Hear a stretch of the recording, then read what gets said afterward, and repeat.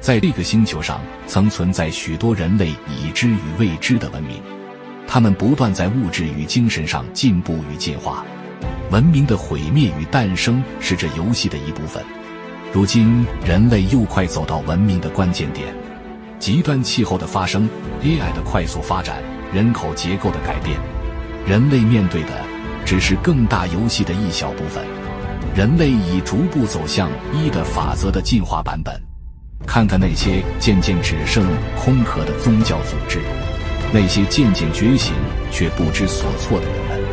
然而，有些真理与修炼如琥珀被保留了下来，传承给一代又一代的觉醒者。欢迎来到琥珀神秘学院。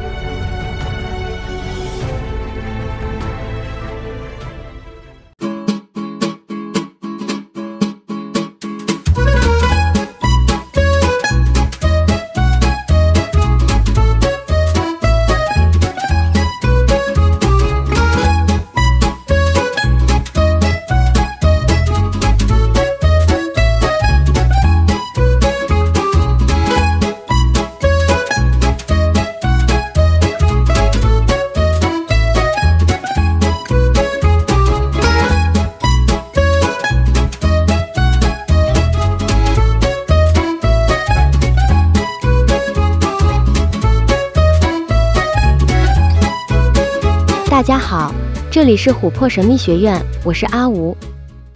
上一集我们聊到的亏与不亏，指的是你内心情绪的波动，还有所处的意识层级是在哪里来决定，并没有一个固定的答案。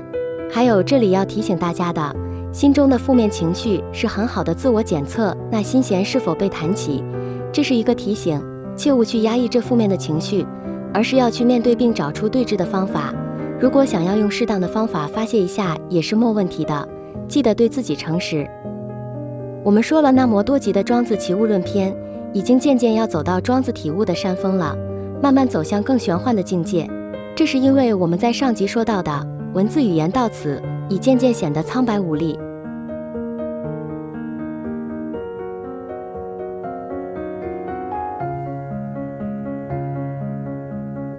从空间来看，有存有的有，也有没有存有的无。这个有无都是始于无始，而这个有无的无始也是无始的，所以两者都归于无。那么我们突然有了有与无之后，我们便不知这个有和无究竟是真的有呢，或是真的无。现在我说了这些话，也不知道我真的有所说呢，或是没有所说呢。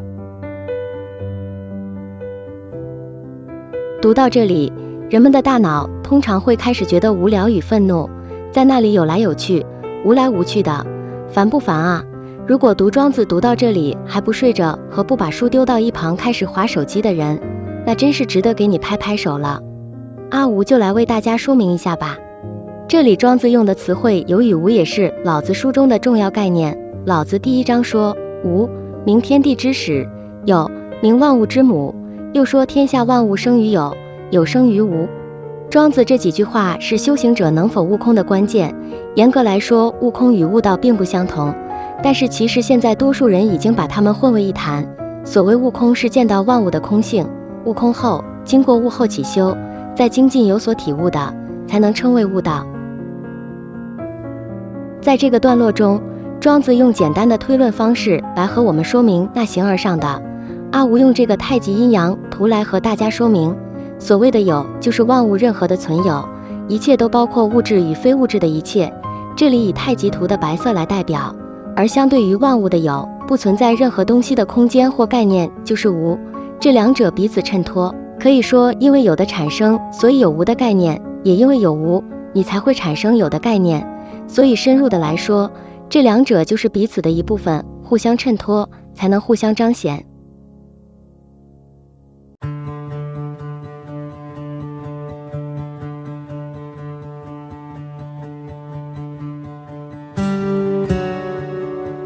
我们把这个有和无都追溯到最一开始，就是所谓的无始。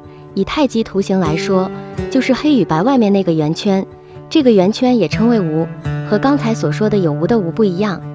我们再往前去回溯，这个圆圈的外面，也就是无始的无始，此时因为指的是在圆形的外面，所以就没有任何图案可以代替了，那也称作无。然而我们若以这个圆圈与它外围没有图形的无相对比，这个圆圈就又变成有了。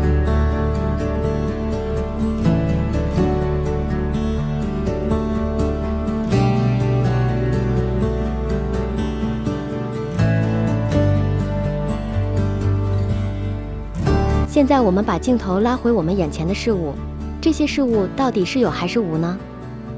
一切就变得难以说清楚了。其实有无都是相对的，并且依着学人的程度与理解的不同，可以有很多层的有与无，追溯到最后，也许有一个终极的无，而这个终极的无里面包含着无限层次的有与无。这个终极的无就是悟道的道，或者最原始的神太一，而这终极的无里所呈现的无限层次的有无，就是所谓魔法的运用，也是有的展现。阿五也尽力了，希望这样的解释大家可以听得懂一点点。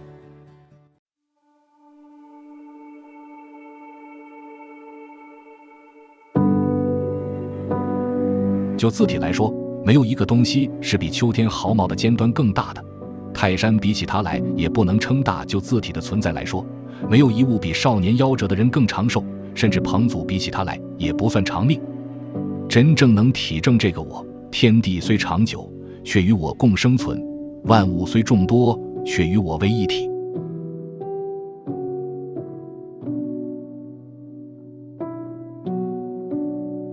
这里顽皮的庄子大大故意用了一个和一般正常人的逻辑来说完全相反的描述。在我们一般现象世界中，秋天毫毛是如此之小，何况还是这毫毛的尖端，这么小的单位怎么可能比泰山还大呢？其实这就是这篇齐物论的重要描述，是以我们肉眼看见的形体与万物的性体来做比较。我们的世界一切都看起来有差异，都可以比较，大小、高矮、好坏、美丑、善恶，但在性体而言，万物都是一样的，都是平等的。这就是齐物论这篇名称的来由。那什么是性体呢？性这个字不是现代人用的色色的那个性哦，在古代和传统宗教中，无论佛家、道家还是儒家，性体都指一切生命最根本、未被污染、不可分割的本质，是指本然之性、本来面目、道体、心之本源。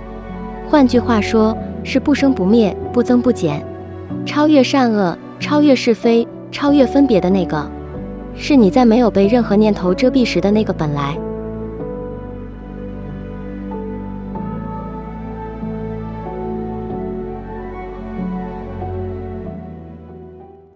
这个性体以佛家常使用的语言为一佛性，也就是一切众生皆有的觉性本体，每个众生本来就是佛，只是被无明遮盖。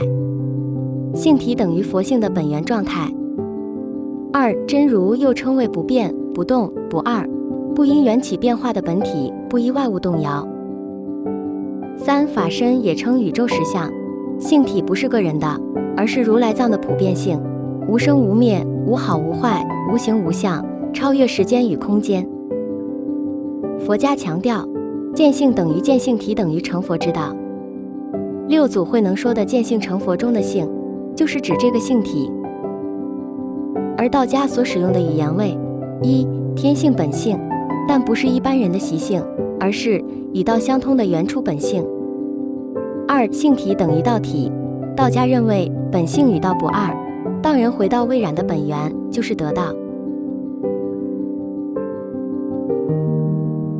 以上这些都称为性体。解释完性体是什么之后，大家看庄子这句顽皮的话就懂了，是以秋毫的性体和大山的外表的形体相比，自然即使大如泰山也无法与本性相比，但如果是比秋毫的性体与泰山的性体相比，自然两者都是相同了，因为万物的性体或道体都是一样的，不二的。懂了这个概念后，大家看下一句，没有一物比少年夭折的人更长寿，甚至彭祖比起他来也不算长命，就懂了吧？调皮的庄子也是故意以早夭少年的本性与彭祖的外表形体来比较，那么自然是这个本体道体长寿喽。而下一句，如果你能证得这个道体，这个本性，这个佛性，这个法身，那么你自然就可以与天地共生，与万物为一体。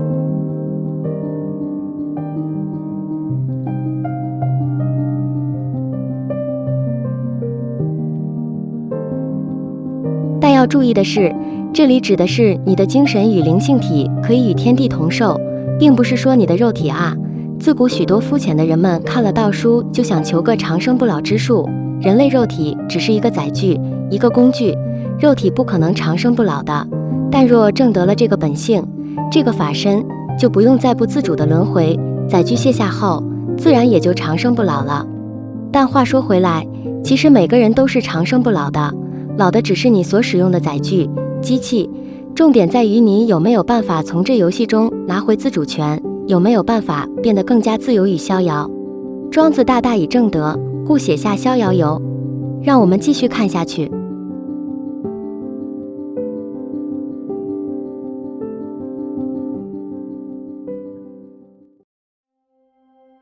既然在本源上都是一体，那还需要去说位一吗？既然说了位一，就已经有了文字语言的概念了。这个本源的一和用文字表达的一已变成了二，这个二与我们要去位一的一又衍生成了三，这样观念的相衍相生，即使神算子也会数不清的，何况平凡的我们啊。所以从无去谈有已经变成了三，何况从有来谈有，更不知发展到什么境地了。因此最好一无所事，完全顺万物的真实吧。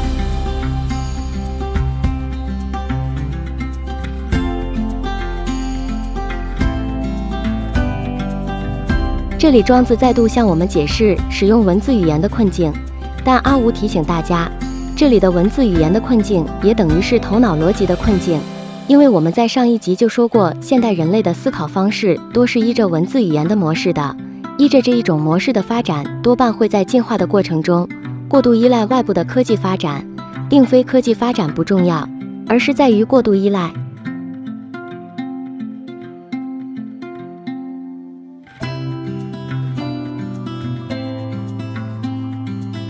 那么是否还有另一种别于外部科技的模式呢？有的，另一种模式是心灵能力的锻炼与修炼。这种别于只讲求外部科技的另一条路，是一些古文明与许多外星文明走的路线。在心灵方面的锻炼成就，其实并不亚于外在科技的成就，在发展中期过后，两者更是无法相比了。但目前的人类文明是走外在科技发展的进化路线，这是比较缓慢的路线。这些听起来科幻的事，以后阿吴再和各位聊吧。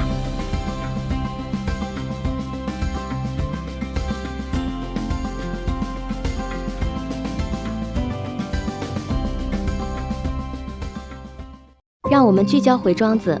这段庄子说，这个道与真理只要一落文字就变成了二，只要你想去成为它，想去努力，就又变成了三。这里人们陷入了一个两难，我们越努力去想、去思考、去行动、去修行，却反而离那本源的道体越远。这里庄子说，不如一无所事，完全顺从万物的真实吧。这里又给了许多人一个偷懒与放纵的理由，他们会说，看吧，庄子大大都说不要努力了，于是他们只学到表面那套，开始每天躺平，无所事事，都说是庄子教的，庄子真是冤枉啊。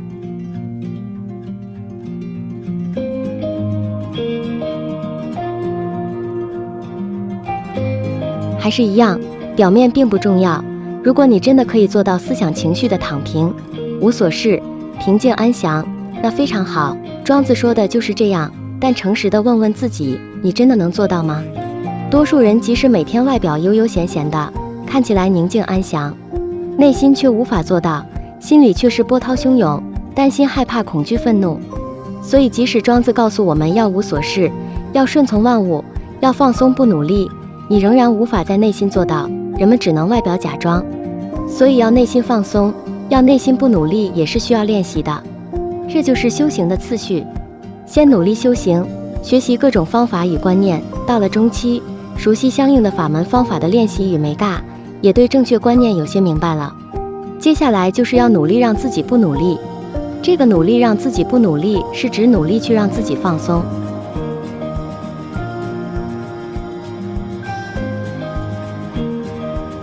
对，这是矛盾的。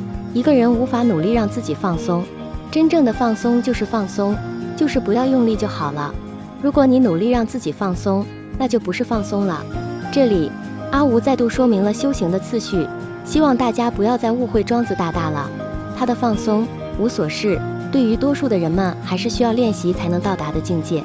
好吧，我来帮你做个庄子齐物论这段的重点结论。一、无所事，顺从万物，接受一切，这是指你内心的状态，不是指你外表的行为。二、修行的顺序是先努力，再到努力让自己不努力，再到真正放松。所以庄子这里讲的境界，已是第3阶段的真正放松了。这点大家要清楚，不然看了庄子，大家又要消极度日了。逍遥与消极看起来好像一样，却是相差10万8千里啊。下课，拜拜。